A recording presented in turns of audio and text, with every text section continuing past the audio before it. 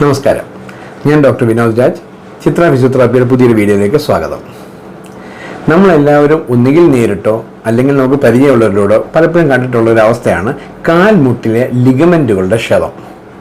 ഒന്നുകിൽ കളിക്കുമ്പോഴോ അല്ലെങ്കിൽ അങ്ങനെ എന്തെങ്കിലും കാരണത്തിലായിക്കോട്ടെ, ഇങ്ങനെ ലിഗമെൻറ്റുകൾക്ക് ക്ഷതം ഉണ്ടാകുമ്പോൾ അത് ശസ്ത്രക്രിയ മാത്രമാണോ അതിനൊരു പോം വഴി, അതോ ശസ്ത്രക്രിയ ഇല്ലാതെ ഇത് ശരിയാക്കാൻ പറ്റുമോ?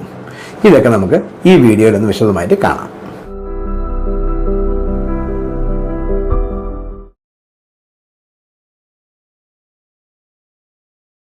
കാൽമുട്ടിലെ ലിഗമെൻറ്റുകളുടെ ക്ഷതം അഥവാ ഇഞ്ചുറി. അപ്പോൾ ആദ്യം ഞാനത് പറയുന്നതിന് മുമ്പ് ജസ്റ്റ് ബ്രീഫായിട്ട് എന്താണ് ലിഗമെൻറ്റ് എന്നൊന്ന് പറയാം. നമുക്ക് പലപ്പോഴും നമ്മളെല്ലാവരും വളരെ കോമൺലി പറയുന്നതാണ്, എനിക്ക് എൻ്റെ ലിഗമെൻറ്റ് ഇഞ്ചുറി ഉണ്ടായി. ഇത് കാൽമുട്ടിൽ മാത്രമല്ല, ശരീരത്തിലെ എല്ലാ സന്ധികളിലും കാണുന്ന ഒരു അവയവമാണ് ഈ ലിഗമെൻറ്റ് എന്ന് പറയുന്നത്. നമ്മളുടെ അസ്ഥിയെ അസ്ഥിയോട്, അതായത് നമ്മുടെ പേശികളെ അസ്ഥിയോട് ചേർക്കുന്ന ഭാഗത്ത് നമ്മൾ സനായോ അഥവാ ടെൻഡൻ എന്ന് പറയും. അതുപോലെ അസ്ഥിയെ അസ്ഥിയോട് ചേർത്ത് വെച്ചിരിക്കുന്ന വസ്തുക്കളെയാണ് നമ്മൾ ലിഗമെൻറ്റ് എന്ന് പറയുന്നത്. അതായത് നമ്മുടെ സന്ധികളിലെ ഇപ്പോൾ രണ്ട് അസ്ഥികൾ ചേരുന്ന ഒരു ഭാഗത്തിനാണ് നമ്മൾ സന്ധി എന്ന് പറയുന്നത്, അഥവാ ജോയിൻ്റ് എന്ന് പറയുന്നത്. അത് തോളായിക്കോട്ടെ, ഹിപ്പായിക്കോട്ടെ, മുട്ടായിക്കോട്ടെ, നട്ടലായിക്കോട്ടെ, എന്തും ആയിക്കോട്ടെ. അപ്പോൾ നമ്മൾ രണ്ട് അസ്ഥികൾ ചേരുന്ന ഭാഗത്താണ് നമ്മൾ. അപ്പോൾ ഈ അസ്ഥികൾ എല്ലാ അസ്ഥികൾക്ക് ഈ സന്ധികൾക്കെല്ലാം തന്നെ ഒരു ചലനമുണ്ട്. അതിനാണല്ലോ സന്ധി എന്ന് പറയുന്നത്, അതിന് വേണ്ടിയാണല്ലോ ജോയിൻസ്. പക്ഷേ ഈ ജോയിൻസ് അനാവശ്യമായി അല്ലെങ്കിൽ ആവശ്യമില്ലാത്ത ദിശയിലേക്ക് ചലിക്കാതിരിക്കാൻ വേണ്ടി, അല്ലെങ്കിൽ അൺവാണ്ടഡ് ആയിട്ടുള്ള മൂവ്മെൻറ്റ്സ് റെസ്ട്രിക്റ്റ് ചെയ്യാൻ വേണ്ടിയിട്ടുള്ള ഒരു സ്ട്രക്ചറിനെയാണ് നമ്മൾ ലിഗമെന്റ് എന്ന് പറയുന്നത്. ഈ രണ്ട് അസ്ഥികളിലെ പുറമെ മുന്നിലോ അല്ലെങ്കിൽ ഇടയിലോ ഒക്കെ ആയിട്ട് ഇത് പല സന്ധികളിലും കാണാറുണ്ട്. അപ്പോൾ ഇത് ആവശ്യമില്ലാത്ത മൂവ്മെൻറ്റ്സ്. ഇപ്പം നമ്മൾ കാൽമുട്ടിനെ കുറിച്ച് പറയുന്നതുകൊണ്ട് തന്നെ കാൽമുട്ട് മേളത്തെ തുടയിലും താഴെ കാണുന്ന രണ്ട് അസ്ഥികൾ, ടിബിയ ഫിബുല എന്ന് പറഞ്ഞ രണ്ട് അസ്ഥികൾ, അതിൽ പ്രധാന വലിയ അസ്ഥി എന്ന് പറഞ്ഞാൽ ടിബിയ തന്നെയാണ്. ഈ സന്ധിയിലെ അസ്ഥികൾ ഒന്നിൽ കാൽമുട്ടിലെ തുടയിൽ മുന്നോട്ട് തള്ളിപ്പോകാതിരിക്കാനോ അല്ലെങ്കിൽ പുറമോട്ട് തള്ളിപ്പോകാതിരിക്കാനോ ഒരു സൈഡിലേക്ക് അങ്ങ് മാറിപ്പോകാതിരിക്കാനോ ഒക്കെ വേണ്ടി നിയന്ത്രിക്കുന്ന അവയവങ്ങളാണ് അല്ലെങ്കിൽ സ്ട്രക്ചേഴ്സിനാണ് നമ്മൾ ലിഗമെന്റ്സ് എന്ന് പറയുന്നത്. ഇനി നമ്മൾ കാൽമുട്ടിലെ ലിഗമെന്റ്സിനെ കുറിച്ച് പറഞ്ഞു കഴിഞ്ഞാൽ പ്രധാനമായിട്ടും ഉള്ളതെന്ന് പറയുന്നത് ഞാൻ പറഞ്ഞ രണ്ട് സൈഡിലേക്ക് പോകാതിരിക്കാൻ വേണ്ടി നമുക്ക് മീഡിയൽ കൊലാറ്ററൽ ലിഗമെന്റ്, ലാറ്ററൽ കൊലാറ്ററൽ ലിഗമെന്റും തുടയുടെ ഉൾവശത്ത് സൈഡിലായിട്ട് നമുക്ക് കാണുന്ന രണ്ട് ലിഗമെന്റാണ് MCL ഉം LCL ഉം. ഇതുപോലെ തന്നെ നമ്മൾ കാല് മുന്നോട്ട് പോകാതിരിക്കാൻ വേണ്ടി നമുക്ക് പിന്നിൽ നിന്നും അകത്തോട് വരുന്ന ലിഗമെന്റ്, ഫ്രണ്ടിലേക്ക് വരുന്ന ലിഗമെന്റ് ആന്റീരിയർ ക്രൂഷ്യൽ ലിഗമെന്റ് അഥവാ ACL എന്ന് പറയുന്നത്. അതുപോലെ തന്നെ മുന്നിൽ നിന്ന് പിന്നിലേക്ക് പോകുന്ന ഉള്ളിൽ കാണുന്ന ഒരു ലിഗമെന്റാണ് നമുക്ക്, അതായത് കാല് പുറമോട്ട് അധികം ഹൈപ്രഷനിലേക്ക് പോയിരിക്കാൻ വേണ്ടിയുള്ള ലിഗമെന്റാണ് നമുക്ക് പോസ്റ്റീരിയർ ക്രൂഷ്യൽ ലിഗമെന്റ് അഥവാ PCL എന്ന് പറയുന്നത്. പ്രധാനമായിട്ടും നമ്മൾ ഈ 4 ലിഗമെന്റുകളാണ് എടുത്ത് പറയാറുള്ളത്. ഇത് കൂടാതെ ചെറിയ കുറേ കൊലാറ്ററൽ ലിഗമെന്റ്സ്, അങ്ങനെ ഒബ്ലിക് ലിഗമെന്റ്സ്, ഇങ്ങനെ കുറേ ലിഗമെന്റ്സ് ഉണ്ടെങ്കിൽ പോലും നമ്മൾ ഏറ്റവും പ്രധാനമായിട്ട് എടുത്ത് പറയുന്ന ഈ ലിഗമെന്റ്സിനെയാണ്. ഇതുപോലെ തന്നെ നമ്മുടെ സന്ധികൾക്കിടയിൽ രണ്ട് കുഷനിങ് എഫക്റ്റ് വരുന്ന രണ്ട് വസ്തുക്കളുണ്ട്, മെനിസ്കസ്. അതിനെ നമ്മൾ ചില സമയങ്ങളിൽ ലിഗമെന്റ്സ് പറയുന്നത്, പക്ഷെ അത് ലിഗമെന്റായിട്ട് നമ്മൾ കൂട്ടുകയും കൂട്ടാതിരിക്കുകയും ചെയ്യാം. പക്ഷേ ഇത് ശരിക്കും ലിഗമെന്റിന്റെ പ്രവർത്തനം ചെയ്യുന്നത് ശരിക്കും ഈ പറയുന്ന 4 പ്രധാനമായിട്ടും ഈ പറഞ്ഞ ലിഗമെന്റ്സ് ആണ്. ഇനി ഇതാണ് ലിഗമെന്റ്സ് എന്ന് പറയുന്നത്. ഇനി ഇതിന് എങ്ങനെ ക്ഷതം സംഭവിക്കുന്നു? അപ്പോൾ കാരണം നമുക്ക് ക്ഷതം വരുമ്പോഴാണ് നമ്മൾ സകലയും കാര്യങ്ങളും മറ്റും ചിന്തിക്കുന്നത്. അപ്പോൾ ഇതിന് ക്ഷതം സംഭവിക്കാന്ന് പറഞ്ഞാൽ പ്രധാനമായിട്ടും പല കാര്യങ്ങൾ. അപ്പോൾ എന്തൊക്കെയാണെന്നുള്ളത് നമുക്കൊന്ന് നോക്കാം. എങ്ങനെയാണ് ഈ ലിഗമെന്റുകൾക്ക് ക്ഷതം വരുന്നത് എന്നുള്ളത്. ഇപ്പം നമുക്ക് പലതരത്തിലുള്ള, ഞാൻ പറഞ്ഞ അൺവാണ്ടഡ് അല്ലെങ്കിൽ ആവശ്യമില്ലാത്ത മൂവ്മെന്റ്സ് ചില ദിശയിലേക്ക് തിരിയായിരിക്കും. അപ്പോൾ അങ്ങനെ തന്നെ സംഭവിക്കുന്ന ഒരു പ്രധാനപ്പെട്ട മൂവ്മെന്റാണ് ട്വിസ്റ്റിംഗ്. നമ്മുടെ കാൽമുട്ടിലെ തുടയിലും താഴെ എല്ലുകൾ തമ്മിൽ ട്വിസ്റ്റിംഗ് മൂവ്മെന്റ് ഉണ്ടായിരുന്നിരിക്കട്ടെ. അതായത് നമ്മൾ ഒന്നുകിൽ നമ്മൾ നിന്നുകൊണ്ട് പെട്ടെന്ന് എന്തെങ്കിലും ആരെങ്കിലും നമ്മൾ പിടിച്ച് തള്ളുകയോ തിരിയുകയോ ചെയ്ത് നമ്മൾ പെട്ടെന്ന് തിരിയുക, ബൈക്കിൽ നിന്നും പലപ്പോഴും ഇറങ്ങുമ്പോൾ കാല് വല്ലാതെ തിരിയുക, ഇങ്ങനെയൊക്കെയുള്ള ട്വിസ്റ്റിംഗ് ആയിട്ടുള്ള മൂവ്മെന്റ്സ് ഉണ്ടാകുമ്പോൾ നമുക്ക് ഈ ആന്റീരിയർ ക്രൂഷ്യൽ ലിഗമെന്റ് എന്ന് പറയുന്ന ACL എന്ന് പറയുന്ന സ്ട്രക്ചറിന് നമുക്ക് ഇത് ഉണ്ടാവാറുണ്ട്. അതുപോലെ ഒരുപാട് സ്പോർട്സുകാരിലും ഈ ട്വിസ്റ്റിംഗ് ഇഞ്ചറി കാണാം. കാരണം അവർ നിന്നുകൊണ്ട് പെട്ടെന്ന് കളിക്കുമ്പോൾ അങ്ങോട്ട് തിരിയും. ബാസ്കറ്റ്ബോൾ പ്ലെയേഴ്സൊക്കെ പെട്ടെന്ന് കളിക്കാൻ ദിശമാരമൊക്കെ ചെയ്യുന്ന സമയത്ത് അത് വരുന്ന ഒരു ഇഞ്ചറിയാണ് ഈ ട്വിസ്റ്റിംഗ്. അത് സാധാരണ കൂടുതലായിട്ട് ഈ ട്വിസ്റ്റിംഗ് ഇഞ്ചറി ഉണ്ടാകുന്നതെന്ന് പറയുന്നത് നമുക്ക് ഞാൻ പറയുന്നത് ACL എന്ന് പറയുന്ന ആന്റീരിയർ ക്രൂഷ്യൽ ലിഗമെന്റ്. അതുപോലെ തന്നെ പോസ്റ്റീരിയർ ക്രൂഷ്യൽ ലിഗമെന്റ്, ഇതിനും സംഭവിക്കുന്നത് പറയുന്നത് ഈ പറഞ്ഞ പോലെ തന്നെ ഒന്ന് ഡയറക്റ്റ് ഇമ്പാക്ട്. അതായത് നമ്മൾ കാറിൽ പോകുമ്പോൾ ഒരു കാർ ആക്സിഡന്റ്, കാർ ഫ്രണ്ട് വന്ന് ഇടിക്കുന്നത്, നമ്മൾ മുട്ട് നേരെ ഡാഷ്ബോർഡിൽ പോയി ഇടിക്കുമ്പോൾ നേരെ പിന്നിലേക്ക് തള്ളിയിട്ട് ഫുൾ ഫോഴ്സ് പുറമോട്ട് വരുമ്പോൾ ഈ പുറയിലുള്ള PCL പൊട്ടിപ്പോകാറുണ്ട്. അതുപോലെ തന്നെ നമുക്ക് ഫുട്ബോൾ പ്ലെയേഴ്സിൽ അവർക്കും പലപ്പോഴും ടാക്കിളൊക്കെ ചെയ്യുന്ന സമയത്ത് അവർക്ക് കാല് നേരിട്ട് ഇടിച്ച് ഉണ്ടാകും. പിന്നെ ഹൈപ്പർ എക്സ്റ്റൻഷൻ, അതുപോലെ ഈ ഫുട്ബോൾ പ്ലെയേഴ്സിൽ തന്നെ സംഭവിക്കുന്നത്, അല്ലെങ്കിൽ സ്പോർട്സ് സംഭവിക്കുന്നതാണ് ഈ പുറമോട്ട് കാല് വല്ലാതെ അങ്ങ് വളഞ്ഞു പോവാം. ഒരു ഉയരത്തിൽ നിന്ന് എടുത്ത് താഴേക്ക് എടുത്ത് ചാടുക, അങ്ങനെയൊക്കെ സംഭവിക്കും. പൊക്കത്തിൽ നിന്ന് ചാടുമ്പോൾ ഈ പറഞ്ഞ കാല് ചിലപ്പം നമ്മുടെ മുട്ട് പുറമോട്ട് കൂടുതലായി അങ്ങ് ഹൈപ്പർ എക്സ്റ്റെൻഡ് ചെയ്ത് പോവുകയാണെങ്കിലും ഈ പറഞ്ഞ പോലെ PCL റപ്ചർ ഉണ്ടാവുന്നുണ്ട്. അപ്പോൾ PCL റപ്ചർ ഉണ്ടാകാൻ സാധ്യതയില്ല.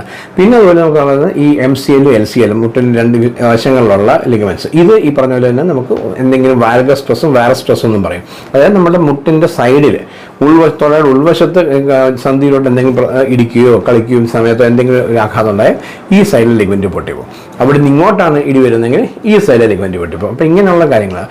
പിന്നെ ഈ ആഘാതവും ഡയറക്റ്റ് ഇമ്പാക്റ്റും ട്വിസ്റ്റിങ്ങും ഒന്നും അല്ലാതെ സംഭവിക്കാവുന്ന വേറൊരു കംപ്ലൈൻ്റ് ആണ് ഓവർ യൂസ്. അതായത് പ്രത്യേകിച്ചും ഈ അത്ലറ്റ്സ് ഓടുകയും മറ്റൊക്കെ ചെയ്യുന്ന സ്പോർട്സുകാർക്കൊക്കെ അവരുടെ ഓവർ യൂസ് കൊണ്ട് ചെറിയ റിപ്പീറ്റഡ് മൈക്രോ ട്രോമ എന്ന് പറയും. അതായത് പല പ്രാവശ്യമായിട്ട് നമുക്കൊരു ഇഞ്ചുറി ഉണ്ടാവും, വീണ്ടും അവർ കളിച്ചുകൊണ്ടിരിക്കും, വീണ്ടും പ്രാക്ടീസ് ചെയ്തുകൊണ്ടിരിക്കും, വീണ്ടും ഇഞ്ചുറി ഉണ്ടാവും. ആ ഇഞ്ചുറി കൂടി കാരണം കുഞ്ഞു ഫൈബേഴ്സ് പൊട്ടുകയാണ്. ഇതിനകത്ത് ഒരുപാട് നാലുകൾ ചേർന്നാണ് ഒരു കണക്റ്റീവ് ഇഷ്യൂ ഉണ്ടാവുന്നത്. അപ്പോൾ ഓരോ ചെറിയ മൈക്രോ ഫിലമെന്റ്സിന് പൊട്ടി അവസാനം ലാസ്റ്റിൽ ഇത് റപ്ചറായി പോകാറുണ്ട്. അപ്പോൾ അങ്ങനെ ഓവർ യൂസ് കൊണ്ടും വരാറുണ്ട്. അപ്പോൾ ഇങ്ങനെയൊക്കെയാണ് ശരിക്കും ഈ ലിഗമെന്റ് ക്ഷതം ഉണ്ടാവുന്നത്. ഇനി നമ്മളുടെ പ്രധാനപ്പെട്ട ഭാഗത്തേക്ക്, ഈ ലിഗമെന്റ് ഇഞ്ചുറിക്ക് സർജറി വേണോ വേണ്ടയോ? അപ്പോൾ നമുക്ക് ലിഗമെന്റ് ഇഞ്ചുറിക്ക് എല്ലാ കണ്ടീഷൻസും ലിഗമെന്റ് ഇഞ്ചുറി ഉണ്ടായി എന്ന് കരുതി ഉടനെ നമുക്ക് സർജറി ചെയ്യേണ്ട ആവശ്യമില്ല. സർജറി ചെയ്യുന്നത് പ്രധാനമായിട്ടും 2-3 കാര്യങ്ങൾ. ഒന്ന് അതിൻ്റെ സിവിയറിറ്റി, അതായത് നമുക്ക് ഈ പറഞ്ഞ ലിഗമെന്റുകൾക്ക് ഒരു ടിയറേ ഉള്ളൂ, അല്ലെങ്കിൽ പാർഷ്യൽ ടിയറേ ഉള്ളൂ. അതായത് നമ്മളിപ്പോൾ ഒരു മുണ്ട്, ഒരു ഉദാഹരണം മനസ്സിലാക്കാൻ വേണ്ടി പറയാം, 2 പേര് 2 അറ്റത്ത് നിന്ന് മുണ്ടെ പിടിച്ച് ശക്തമായിട്ട് അങ്ങ് വലിക്കുവാന്നിരിക്കട്ടെ, ആ മുണ്ടിൻ്റെ അകം ചിലപ്പോൾ അങ്ങ് കീറിയെന്ന് വരിക. അപ്പം അങ്ങനെ കീറലേ ഉള്ളൂ എങ്കിൽ സർജറിയുടെ ആവശ്യമില്ല. കാരണം ആ 2 അറ്റവും നമുക്ക് അവിടെ നിൽപ്പുണ്ട്. അപ്പോൾ നമുക്കത് സർജറി ഇല്ലാതെ തന്നെ അതിനെ ഹീൽ ചെയ്തെടുക്കാം.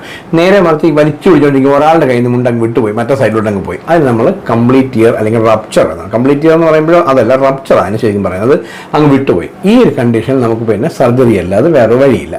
അപ്പം ഇങ്ങനത്തെ സിവിയറിറ്റിയെ ബേസ് ചെയ്താണ് പ്രധാനമായിട്ട് 1. 2 ആളുടെ ആവശ്യകത, അത് ആക്ടിവിറ്റി എന്ന് പറയും, ആക്ടിവിറ്റി ലെവലിനെ ആശ്രയിച്ചിരിക്കും. അപ്പം ഭയങ്കര സ്പോർട്സുകാരാണ്, ഒരു പ്ലെയറാണ്, അപ്പോൾ അവർക്കെന്ന് പറഞ്ഞാൽ തിരിച്ച് വീണ്ടും കളിക്കളത്തിൽ വന്നേ പറ്റത്തുള്ളൂ. അപ്പോൾ അവർക്ക് ഇത് സാവകാശം ഹീൽ ചെയ്തു അല്ലെങ്കിൽ എങ്ങനെയെങ്കിലും ഹീൽ ചെയ്താലും മതി എന്ന് വിചാരിച്ചാൽ പറ്റത്തില്ല. അവർക്ക് തീർച്ചയായിട്ടും സർജറി ചെയ്തെങ്കിൽ മാത്രമേ ആ സ്റ്റെബിലിറ്റി കിട്ടത്തുള്ളൂ. കാരണം ഇത് നഷ്ടപ്പെടുമ്പോൾ സ്റ്റെബിലിറ്റി കുറയുന്നതനുസരിച്ചിട്ടാണ് നമ്മൾ. നേരെ മറിച്ച് പ്രായമായ ഒരു വ്യക്തിയാണ് അല്ലെങ്കിൽ വീട്ടമ്മയാണ്, വലിയ ആക്ടിവിറ്റി ലെവലൊന്നും ഇല്ലെങ്കിൽ, അപ്പോൾ ഇതിൻ്റെ ഈ സർജറി ഇപ്പോൾ ഈ പറഞ്ഞ കംപ്ലീറ്റ് ടിയർ ആണെങ്കിൽ പോലും, ഇപ്പം റപ്ചർ ആണെങ്കിലും സ്റ്റെബിലിറ്റി ഇല്ലെങ്കിൽ പേഷ്യൻ്റ് നടക്കാനും മറ്റു കാര്യം ബുദ്ധിമുട്ടായിരിക്കും. നേരെ മറിച്ച് നമ്മൾ MRI എടുക്കുമ്പോൾ ഇത്ര പ്രശ്നങ്ങൾ കണ്ടു, പക്ഷേ നേരെ മറിച്ച് നടക്കുമ്പോൾ വലിയ ബുദ്ധിമുട്ടൊന്നുമില്ല എന്നുണ്ടെങ്കിൽ നമുക്ക് സർജറിയുടെ ആവശ്യമൊന്നുമില്ല. പെയിൻ കാണും, സ്വാഭാവികം പെയിനും നീർക്കെട്ടൊക്കെ കാണും, അതൊക്കെ നമുക്ക് മാനേജ് ചെയ്യാവുന്നേ ഉള്ളൂ. പക്ഷേ നിങ്ങൾക്ക് സ്റ്റെബിലിറ്റിക്ക് വലിയ പ്രോബ്ലം ഒന്നുമില്ല, നിങ്ങൾക്ക് നടക്കുകയൊക്കെ ചെയ്യാമെന്നുണ്ടെങ്കിൽ ഈ പറഞ്ഞ പോലെ നിങ്ങളുടെ ആക്ടിവിറ്റി ലെവൽ ഭയങ്കര ഹൈ അല്ല എന്നുണ്ടെങ്കിൽ തീർച്ചയായും നമുക്ക് സർജറി ഒഴിവാക്കാം. ഇനി എങ്ങനെയാണ് ഇതിൻ്റെ സർജറി എന്ന വിഷയമായി ഞാൻ പോകുന്നില്ല. ഇതിൻ്റെ ഒറ്റ വഴിയെ ഞാൻ പറഞ്ഞു തന്നേക്കാം. നമ്മൾ സാറിന് ലിഗമെന്റ് റീകൺസ്ട്രക്ഷൻ എന്ന് പറയുന്നത് റീകൺസ്ട്രക്റ്റാണ് ചെയ്യുന്നത്. നമുക്ക് പൊട്ടിപ്പോയ ലിഗമെന്റിനെ കൂട്ടി തയ്ക്കുകയോ ഒന്നും അല്ല ചെയ്യുന്നത്. ഡോക്ടേഴ്സ് ആ ലിഗമെന്റിന് പകരമായിട്ട് അതേ വലുപ്പത്തിൽ നമ്മളുടെ തുടയിൽ നിന്ന് അല്ലെങ്കിൽ വേറെ ഏതെങ്കിലും മസിലിനകത്തു നിന്ന് ഒരു അതേ നീളത്തിൽ സാധനം എടുത്തിട്ട് അത് മേളിലും താഴെയുമായി നമുക്ക് അതിന് ഫിക്സ് ചെയ്യുന്ന ഒരു പ്രോസസ്സാണ് നമ്മൾ ലിഗമെന്റ് റീകൺസ്ട്രക്ഷൻ സർജറി എന്ന് പറയുന്നത്. ഈ സക്സസ്ഫുള്ളുമാണ്. അതിന് ചെയ്യുന്നതിന് യാതൊരു ബുദ്ധിമുട്ടുകളോ അല്ലെങ്കിൽ ചെയ്തുകൊണ്ട് നമുക്ക് എന്തെങ്കിലും സൈഡ് എഫക്ട്സ് വരികയോ ഒന്നുമില്ല. സർജറി ചെയ്യുന്നതുകൊണ്ട് പ്രശ്നമൊന്നുമില്ല. പിന്നെ സർജറി ആവശ്യകത ഉണ്ടെങ്കിൽ ചെയ്യുക എന്നുള്ളത് മാത്രമേ ഉള്ളൂ, അല്ല സർജറി ചെയ്യുന്നതുകൊണ്ട് പ്രശ്നങ്ങളൊന്നുമില്ല. പിന്നെ ഈ പറഞ്ഞ പോലെയാണ് സർജറിക്ക് ഫിസിയോതെറാപ്പി സർജറിക്ക് മുൻപും പിൻപും വളരെ അത്യാവശ്യമാണ്. മുമ്പ് ചെയ്യേണ്ട വ്യായാമങ്ങളും പ്രോട്ടോക്കോൾ ഉണ്ട്, ആ പ്രോട്ടോക്കോൾ ഫോളോ ചെയ്യണം. സർജറി കഴിഞ്ഞാൽ സർജറി കൊണ്ട് മാത്രം കാര്യമില്ല, തിരിച്ച് നോർമൽ ഇത് വരണമെന്നുണ്ടെങ്കിലും അവരുടെ റേഞ്ച് ഓഫ് മോഷൻ കിട്ടണമെങ്കിലും അല്ലെന്നുണ്ടെങ്കിൽ അവരുടെ ഇത് നീർക്കെട്ട് മാറണമെങ്കിലും പെയിൻ കുറയണമെങ്കിലും ഒക്കെ തന്നെ ഫിസിയോതെറാപ്പി വളരെ ഇമ്പോർട്ടൻ്റ് ആണ്. അപ്പോൾ അത് post and pre physiotherapy rehabilitation protocols നമ്മൾ ഫോളോ ചെയ്യേണ്ടത് അത്യാവശ്യമാണ്. ഇനി എങ്ങനെയാണ് സർജറി ഇല്ലാതെ നമുക്കിത് ഹീൽ ചെയ്യാമെന്നുള്ളത് കിടക്കാം. ഇനി സർജറി ഇല്ലാതെ ഇതെങ്ങനെ ഹീൽ ചെയ്യാം എന്നുള്ളതാണ്. സർജറി ഇല്ലാതെ നമുക്ക് സർജറി ആവശ്യമില്ല എന്ന് തോന്നി. ഇപ്പോൾ പെയിനും നീർക്കെട്ടും മുട്ടുമടക്കാനുള്ള ബുദ്ധിമുട്ടും ഒക്കെ തന്നെ ഈ എല്ലാ പേഷ്യൻസിലും ഒരുപോലെ തന്നെ കാണും. ഏത് ലിഗമെന്റ് ഇഞ്ചറി വന്നാലും അതൊക്കെ കാണുന്നുള്ള കാര്യത്തിൽ യാതൊരു തർക്കവും വേണ്ട, അതെല്ലാവർക്കും കാണും. പക്ഷേ എന്നിവരിൽ നിങ്ങൾക്ക് സ്റ്റെബിലിറ്റിക്ക് പ്രശ്നങ്ങളൊന്നുമില്ല. MRI എടുത്തപ്പോഴും ഇപ്പോൾ അതിൽ കംപ്ലീറ്റ് ടിയർ ഇല്ലെങ്കിൽ അല്ലെങ്കിൽ റപ്ചർ ഇല്ല എന്ന് കണ്ടു കഴിഞ്ഞാൽ നമുക്ക് ചെയ്യാവുന്ന ആദ്യം സ്വാഭാവികമായിട്ട് നമുക്ക് വേണ്ടത് റെസ്റ്റ് തന്നെയാണ്. റെസ്റ്റ് എന്ന് പറഞ്ഞാൽ കാൽ പൊക്കി വെച്ച് കിടക്കുക എന്നുള്ളത് മാത്രമല്ല, ആ ഭാഗത്തെ നമ്മൾ ബ്രേസ് ചെയ്യുക. സ്പ്ലിൻറ്റ് അല്ലെങ്കിൽ ബ്രേസ് അത് ഏതാണോ ഏത് ഭാഗത്താണോ സംഭവിച്ചിരിക്കുന്നത് ആ ഭാഗത്തിന് അനുയോജ്യമായിട്ടുള്ള ഇമ്മൊബിലൈസിങ് ബ്രേസസ് യൂസ് ചെയ്യുക എന്നുള്ളതാണ് ഫസ്റ്റ് സ്റ്റേജ്. രണ്ടാമത് ഏറ്റവും മോസ്റ്റ് ഇമ്പോർട്ടൻ്റ് ആയിട്ടുള്ളത് ക്രയോതെറാപ്പി അഥവാ ഐസാണ്. ഐസ് നിർബന്ധമായിട്ട് ഐസ് പാക്കുകൾ ഇടയ്ക്കിടയ്ക്ക് വലിയ ടൈം ഇല്ലാതെ ചെറിയ ഇൻ്റർവെൽസിൽ പല പ്രാവശ്യം വെച്ചുകൊണ്ടിരിക്കുക എന്നുള്ളത് വളരെ അത്യാവശ്യമാണ്. ഇതാണ് രണ്ടാമത് ചെയ്യേണ്ട കാര്യം. ഈ മൂന്നാമത്തെ ആവശ്യകത എന്ന് പറഞ്ഞാൽ ഫിസിയോതെറാപ്പിയാണ്. ഫിസിയോതെറാപ്പിയിൽ നമുക്ക് പല ഫേസസ് ആയിട്ടാണ്. ആദ്യത്തെ ഫേസിൽ നമ്മൾ ചെയ്യുന്നതെന്ന് പറഞ്ഞാൽ ഈ പറഞ്ഞ പോലെ തന്നെ നമുക്ക് ഞാൻ പറഞ്ഞ മുണ്ട് കയറിയിരിക്കുമ്പോൾ ആ കീറൽ കരിയാൻ വേണ്ടിയുള്ള ട്രീറ്റ്മെൻ്റ് ആയിരിക്കും. അപ്പോൾ നമ്മളത് എന്തെങ്കിലും ഇലക്ട്രിക്കൽ മൊഡാലിറ്റീസ്, അൾട്രാസൗണ്ടോ ലേസറോ അങ്ങനെയുള്ള എന്തെങ്കിലും ഇലക്ട്രിക്കൽ മൊഡാലിറ്റീസ് ആയിരിക്കും യൂസ് ചെയ്യുന്നത്. അത് യൂസ് ചെയ്തുകൊണ്ട് ആ ഇൻഫ്ലമേഷൻ കുറയ്ക്കാൻ വേണ്ടിയുള്ള ട്രീറ്റ്മെൻറ്റും കൊടുത്തുകൊണ്ട് നമ്മൾ സാവകാശം ഈ അതിനെ ഹീൽ ചെയ്യാൻ വേണ്ടിയുള്ള എക്സസൈസസ്, ആദ്യത്തെ സ്റ്റേജിലെ എക്സസൈസ് എന്ന് വാക്ക് കേൾക്കുമ്പോൾ ഈ മുറിവും വേദനയും നീരുള്ളത് എങ്ങനെ വ്യായാമം ചെയ്യുമെന്ന് ഓർക്കരുത്. കാരണം ആ സമയത്ത് അതുപോലുള്ള എക്സസൈസുകളായിരിക്കും ചെയ്യുന്നത്. PNF ടെക്നിക്സ് എന്ന് പറയും. അപ്പോൾ ആ പ്രോപ്രോസെപ്റ്റീവ് ന്യൂറോ മസ്കുലർ ഫെസിലിറ്റേഷൻ ടെക്നിക്സ് ഉണ്ട്. ആ ടെക്നിക്സ് യൂസ് ചെയ്തുകൊണ്ടുള്ള വ്യായാമങ്ങളായിരിക്കും ആദ്യ സ്റ്റേജിൽ കൊടുക്കുന്നത്. അപ്പോൾ ആ സ്റ്റേജിൽ നീർക്കെട്ട് മാറാനും മുറിവ് കരിയാനും വേണ്ടിയുള്ള വ്യായാമങ്ങളായിരിക്കും നമ്മൾ ഫോക്കസ് ചെയ്യുന്നത്. അപ്പോൾ ആ വ്യായാമങ്ങൾ ആദ്യത്തെ സ്റ്റേജിൽ ചെയ്യിക്കും. അങ്ങനെ അതിനുശേഷം അപ്പോൾ പതുക്കെ വേദനയും നീർക്കെട്ടും കുറയ്ക്കുകയും പതുക്കെ റേഞ്ച് ഓഫ് മോഷൻ കൂട്ടുക. മുട്ട് മടക്കാനാണെങ്കിൽ ഫുൾ മടക്കുക, നൂർക്കാനാണെങ്കിൽ ഫുൾ നൂർക്കുക. അപ്പോൾ അങ്ങനെ ആ കാലിൻ്റെ ആ റേഞ്ച് ഫുൾ ഉണ്ടാക്കുക എന്നുള്ളതാണ് രണ്ടാം ഘട്ടത്തിൽ.